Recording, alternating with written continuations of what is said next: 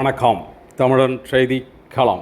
சீர்காழி அருகே காரில் கடத்தி வரப்பட்ட 2200 மதுபான பாட்டில்கள், கடத்தலுக்கு பயன்படுத்திய கார் பறிமுதல், 2 கைது.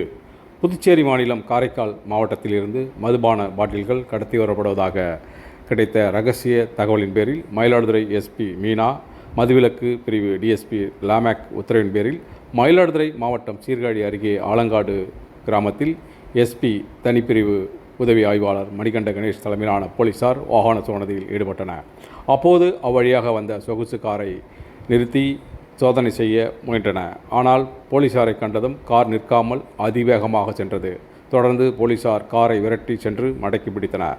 பின்னர் காரை சோதனை செய்ததில் காரைக்காலிலிருந்து சீர்காழிக்கு கடத்தி வரப்பட்ட 2200 புதுச்சேரி மதுபான பாட்டில்கள் இருப்பது தெரிய வந்தது. இதனைத் தொடர்ந்து மதுபான பாட்டில்களுடன் சொகுசு காரை பறிமுதல் செய்ததுடன் காரில் இருந்த காரைக்கால் வரிச்சிக்குடியைச் சேர்ந்த திலீப்குமார், ரமேஷ் ஆகிய இருவரையும் போலீசார் கைது செய்து சீர்காழி மதுவிலக்கு அமலாக்க பிரிவு போலீசிடம் ஒப்படைத்தனர். பின்பு மதுவிலக்கு அமலாக்க பிரிவு போலீசார் கடத்தலில் ஈடுபட்ட 2 மீதும் வழக்கு பதிவு செய்து சிறையில் அடைத்தனர். பறிமுதல் செய்யப்பட்ட கார் மற்றும் மதுபான பாட்டில்களின் மொத்த மதிப்பு 6.5 லட்சம் இருக்கும் என போலீசார் தெரிவித்தனர்.